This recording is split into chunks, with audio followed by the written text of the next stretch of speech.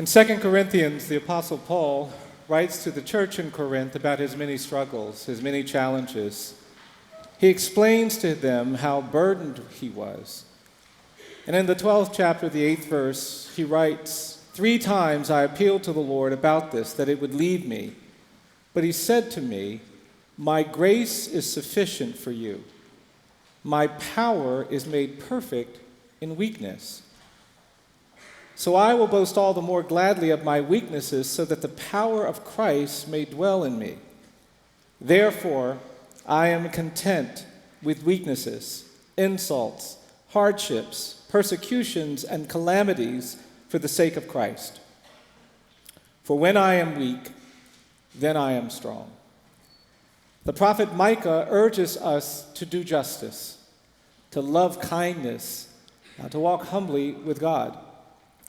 What does it mean to do justice at a time when we are surrounded by so much despair, so much injustice? This country is a very different place today than it was 40 years ago. In 1972, there were 300,000 people in jails and prisons in America. Today, there are 2.3 million. The United States now has the highest rate of incarceration in the world. We have 6 million people on probation or parole. There are 70 million Americans with criminal arrests, which means that when they try to get a job or try to get a loan, they're disfavored.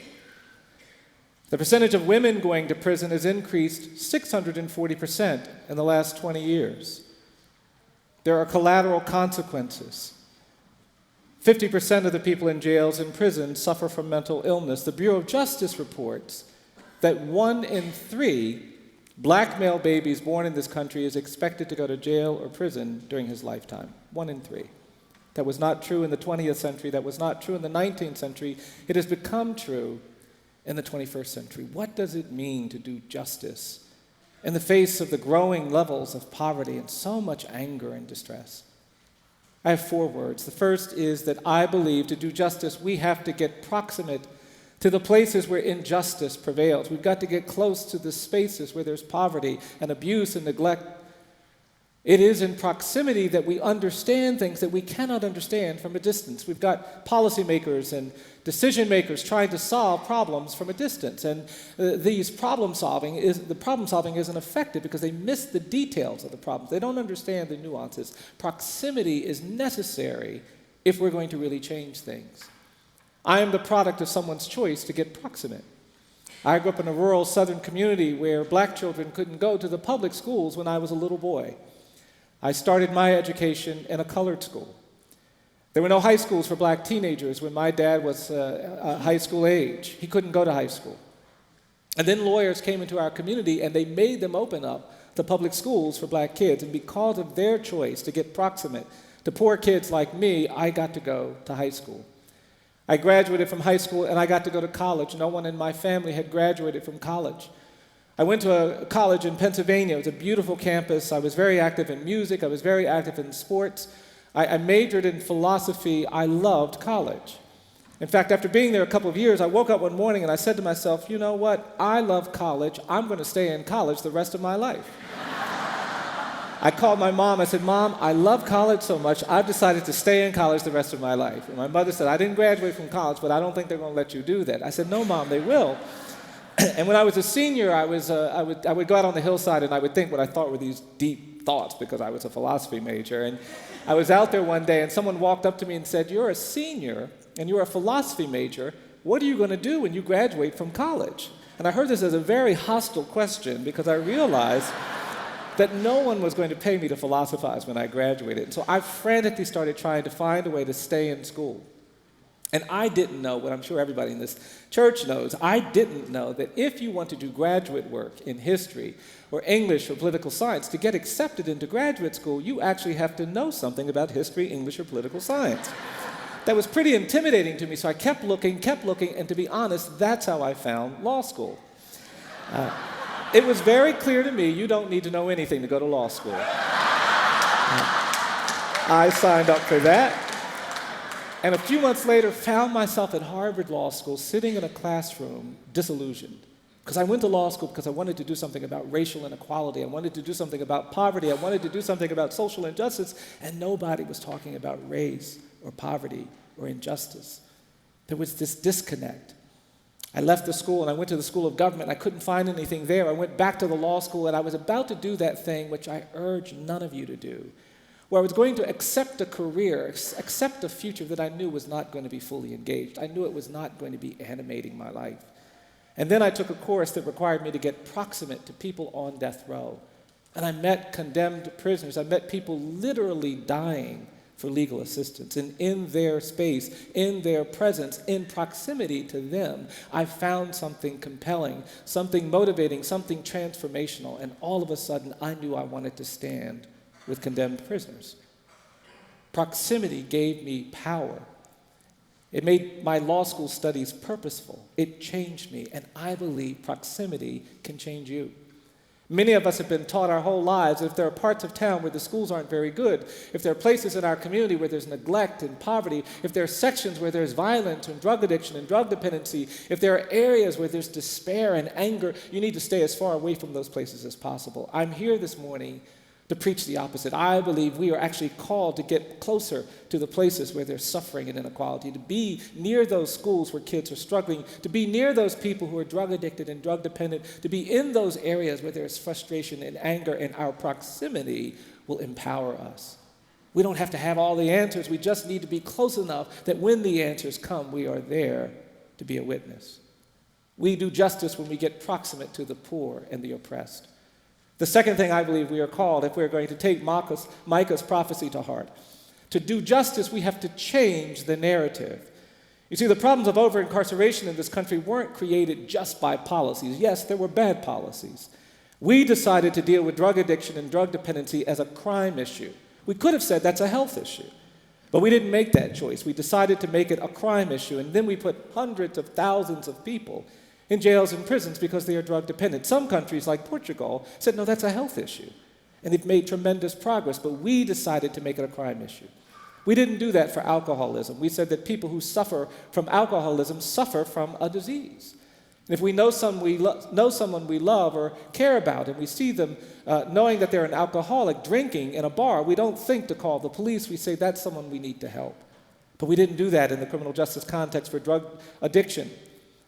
And we allowed this narrative to emerge in this country. It's what I call the politics of fear and anger. Our politicians started competing with each other over who could be the toughest on crime.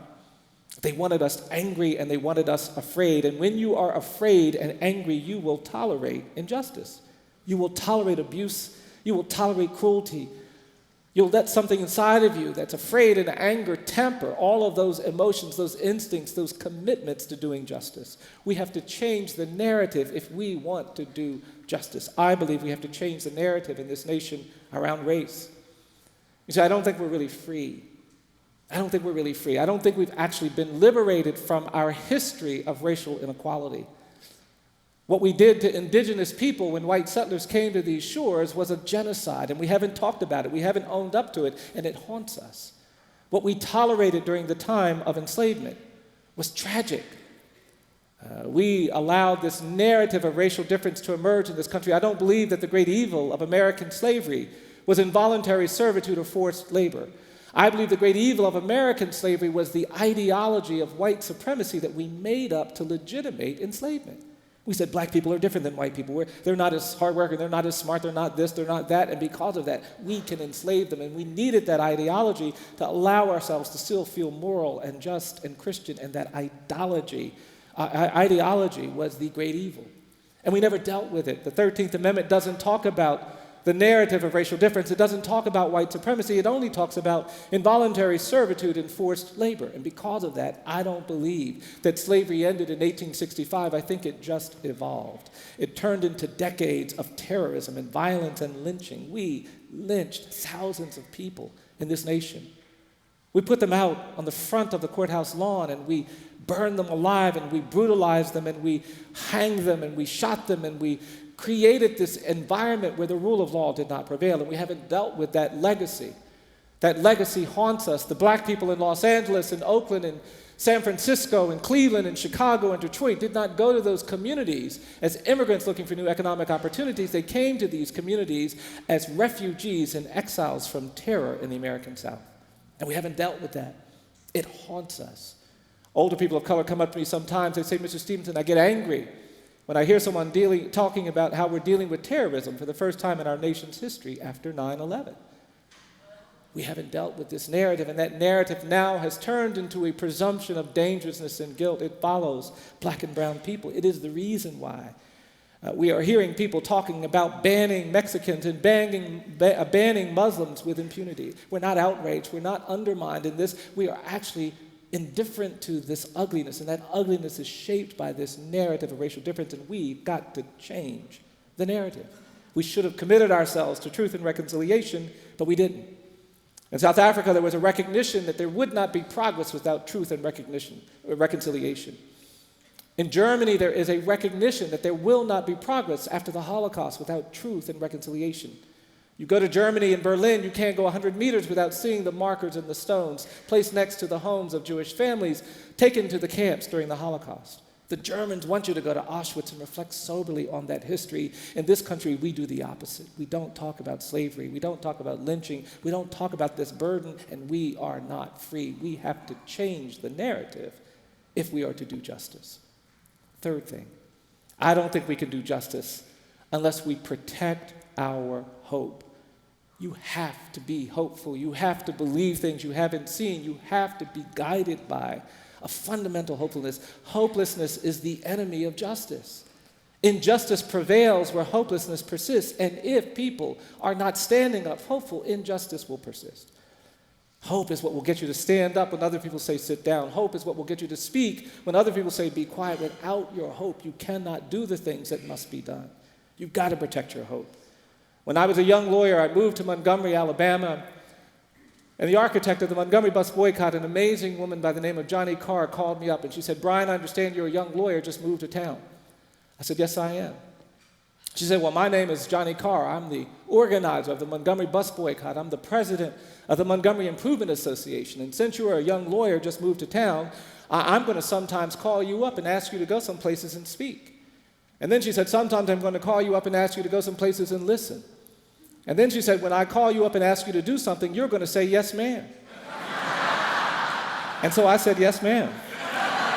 And she would call me up and send me places and ask me to go speak and ask me to go listen. And one day she called me up and she said, Bryan, Rosa Parks is coming to town.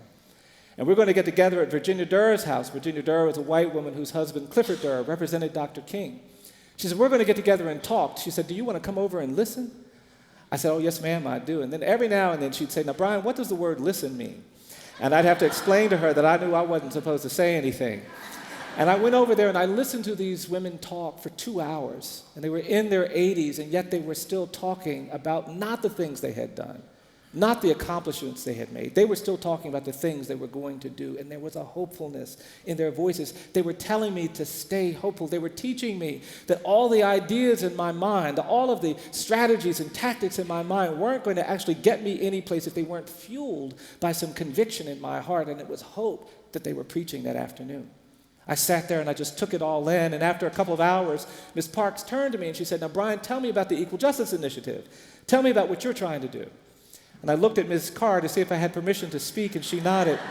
And I gave Ms. Parks my rap. I said, we're trying to do something about the death penalty. We're trying to do something about excessive punishment. We're trying to do something about conditions of confinement. We're trying to do something about mass incarceration. We're trying to do something about racism. We're trying to do something about poverty. We're trying to help the mentally ill. We're trying to help children. I gave her my whole rap, and when I finished, she looked at me and she said, She said, that's going to make you tired. And that's when Ms. Carr leaned forward and she put her finger in my face and she said, that's why you've got to be brave. It takes courage to be hopeful. But when you find your courage, you actually find the will to say no to all those things that would have us get hopeless about what we can do to do justice. Now, I wish I could stop at 3, but there's one more. I don't think we can actually fulfill this command that we read in Micah to do justice by just getting proximate and changing narratives and being hopeful. I think the fourth thing we have to do is that we've got to be willing to do uncomfortable things, because we really cannot do justice without being willing to do that which is inconvenient and uncomfortable. I have read, I've studied, I've looked for examples where justice prevailed, where oppression was defeated when people only did what's convenient and comfortable, and I can't find any example of that. I've only seen oppression end. I've only seen justice prevail when people, good people, did the things that were inconvenient and uncomfortable. And it's hard because we're human. And humans are programmed to seek comfort. We like comfort. I like comfort. I'm not preaching against comfort. I gave a talk down in Mississippi a couple of years back. When I got to the airport, the people met me there, and they said, "Oh, Mr. Stevenson, we know all about you. We know what kind of work you do. We know what kind of lawyer you are. We know what kind of person you are. And we have to tell you that we're having our conference at the luxurious DoubleTree Hotel. And we decided that you wouldn't want to stay at the luxurious DoubleTree Hotel." They said, "We've asked one of the farmers to put you up at the barn." I said, "What is wrong with you?" I said, "Of course I want to stay at the luxurious DoubleTree Hotel. I like those cookies just like everybody else." That's not what I'm talking about. What I'm talking about is that sometimes you have to position yourself in uncomfortable places and you've got to be a witness. I've been representing people on death row for 30 years, and I've had some wondrous moments where we've freed people who were wrongly convicted, where I've seen us prevail in stopping a wrongful execution, but we've also had some difficult days. Between 2009 and 2011, Alabama had the highest execution rate in the nation. We had an execution every other month. There is no right to counsel in this country. One of our great challenges in America is that we have a legal system that treats you better if you're rich and guilty than if you're poor and innocent. Wealth, not culpability, shapes outcomes. And I told my young lawyers to stand down because they looked so beat down by this process that I said, "I'll take the next case." And it was a man who was intellectually disabled. He suffered from mental retardation. And our courts have said you cannot execute the people with mental retardation. So I went to the court and said, "This man is intellectually disabled. You cannot execute him." And the court said immediately, "No, it's too late. You should have said that earlier. Someone should have raised that earlier." And then I went to the state court and they said too late. I went to the appeals court, they said too late. Went to the federal court, they said too late. And finally, the day of the execution had arrived, and I was pacing in my office waiting to hear from the United States Supreme Court. After filing a stay motion, I was pacing back and forth, and about an hour before the execution was scheduled, I got the call. I picked up the phone, and the clerk from the court was on the other line. And the clerk said to me in a very deliberate tone, he said, "Mr. Stevenson, your motion for stay of execution has been denied. Too late." I hung up the phone, and I called this man to give him the news, and he was overwhelmed. He was distraught. He began to sob. I stood there holding the phone, just listening. And then finally this man said to me, he said, "Mr. Stevenson, there's something I have to tell you before you hang up. Please don't hang up until I tell you what I have to tell you." And then this man tried to say something to me, but in addition to being intellectually disabled, he suffered from another challenge. When he got nervous, when he got overwhelmed, when things got too much for him, he would begin to stutter very, very badly. He had a very severe speech impediment that would make it very hard for him to talk. And he had begged me not to hang up until he said what he wanted to say, but he couldn't get his words out. And he kept trying to say something. But he couldn't get the words out. I heard the guards in the background trying to prepare him for execution, trying to speed things up, which just made it worse. And this man kept trying to talk. He kept trying to say something, and the harder he tried, the more he was breaking my heart. I was standing there holding the phone, and tears started running down my face. And he kept trying, and I just stood there, and I kept crying. And then I remembered how, when I was about 9 years old, my mother had taken me to church one Sunday. And I was there in church with my brother talking to my friends, and there was a little skinny kid I'd never seen before. And I remembered how I asked this little boy, "What's your name? Where are you from?" And this little boy looked very nervously at me, and then he tried to answer my question, but he also suffered from a very severe speech impediment. And when he tried to answer my question, he couldn't get his words out right, and I did something really ignorant because I'd never dealt with anybody with that challenge. I laughed. And my mother saw me laughing, and she gave me this look I'd never seen before, and she came over and grabbed me by the arm, and she pulled me aside, and she said, "Bryan, don't you ever laugh at somebody because they can't get their words out right. Don't you ever do that." I tried to apologize, and my mother said, No, you know better than that." And then my mom said, "Now you go back over there and you tell that little boy you're sorry." I said, "Okay, Mom." And I took a step, and she grabbed me by the arm, and she said, "Wait, after you tell that little boy you're sorry, I want you to hug that little boy." I kind of rolled my eyes, but I said, "Okay, Mom." And I took a step, and she grabbed me by the arm, and she said, "Wait, after you hug that little boy, I want you to tell that little boy you love him." I said, "Mom, I can't go over there and tell that little boy I love him." And she gave me that look again, so I said, "All right." And on the night of this execution, I remembered going over to this little boy and walking up to him and saying, "Look, man, I'm sorry." And then I remembered lunging at him and giving him my little boy version of a man hug. And then I remembered saying to this child as insincerely as I possibly could, I said, look, man, I love you.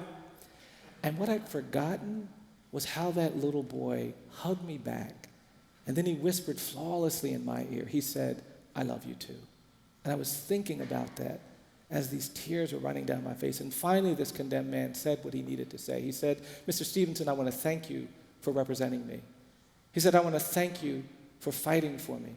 And the last thing this man said to me was, he said, Mr. Stevenson, I love you for trying to save my life. He hung up the phone. They pulled him away. They strapped him on a gurney. They executed him. I hung up the phone, and I said, I can't do this anymore. It's too hard. Too hard, too hard, too hard. I was painfully uncomfortable. I kept thinking about how broken he was, and the question I had in my mind is, why do we want to kill all the broken people in this country? What is it about us that when we see brokenness, we want to step on it, we want to throw it away, we want to crush it, we want to hide it? And then I realized that I represent the broken. All of my clients are broken people. They've been broken by poverty, they've been broken by racism, they've been broken by disability, they've been broken by disease, broken. And then I realized I work in a broken system. Too many decision makers and policy makers far away, not proximate enough to do justice. And I said, I don't want to have anything more to do with this. And I sat down and started having that conversation you have when you're trying to make an important decision. And then I realized something I had never realized before. I started thinking about why I'd been doing what I do, and then all of a sudden it hit me. And what I realized in that moment was why I do what I do. And I realized I don't do what I do because it's important. I don't do what I do because it's about human rights. I don't do what I do because I've been trained to do it. I don't do what I do because it's about justice. I don't do what I do because if I don't do it, no one will. I don't do what I do because I get to talk to wonderful people like you. I realized that night why I do what I do. And what I realized is that I do what I do because I'm broken too. And the truth is, if you get proximate, if you change narratives, if you are required to be hopeful in the face of hopelessness, if you do uncomfortable things, you will be broken. But I also realized that night that there is power in brokenness. It is not the whole and the privileged and the healthy that will lead us to redemption. It is the broken that can teach us what it means to accept God's grace. It is the broken that can show us the power of mercy. It is the broken that will teach us what compassion can do. It is the broken who understand what it means to suffer weaknesses. It is when we are weak and broken that we are strong. So my message this morning is to not shy away from the things that crack and threaten and raise up in front of us, to not run from the places where there's poverty and despair, to not worry about the narratives that are rooted in fear and anger, and to hold on to the hope that gives us, and not to be afraid to do the uncomfortable things. I believe really simple things. I believe that each of us is more than the worst thing we've ever done. I think we are commanded to recognize that if someone tells a lie, they're not just a liar. If someone takes something that doesn't belong to them, they're not just a thief. I think even if you kill someone, you're not just a killer. And we are commanded to know the other things people are. I am persuaded that in this country, the opposite of poverty is not wealth. We talk too much about money in America. I am persuaded that in this nation, the opposite of poverty isn't wealth. I believe the opposite of poverty is justice. And when Micah calls us to do justice, he is calling us to stand with the poor and the oppressed. And finally, I believe that when I come to Pasadena, when I come to Los Angeles, when I come to California, it's a beautiful place. There's so many wonderful things here to see and to experience, but I cannot judge the character of our community. I cannot judge our commitment to these gospels. I cannot measure our progress toward redeeming and upholding those who are poor and afflicted by looking at how we treat the rich and the powerful and the privileged. I think this community, this church, this nation will be judged not by how it treats the powerful and the rich and the privileged. I believe we will be judged by how we treat the poor, the incarcerated, and the condemned. And it is in that metric that we actually can find ourselves acknowledging what Paul is talking about in these scriptures. I have a very simple prayer. My prayer is that all of you will get proximate to the places where there's suffering and abuse in this community.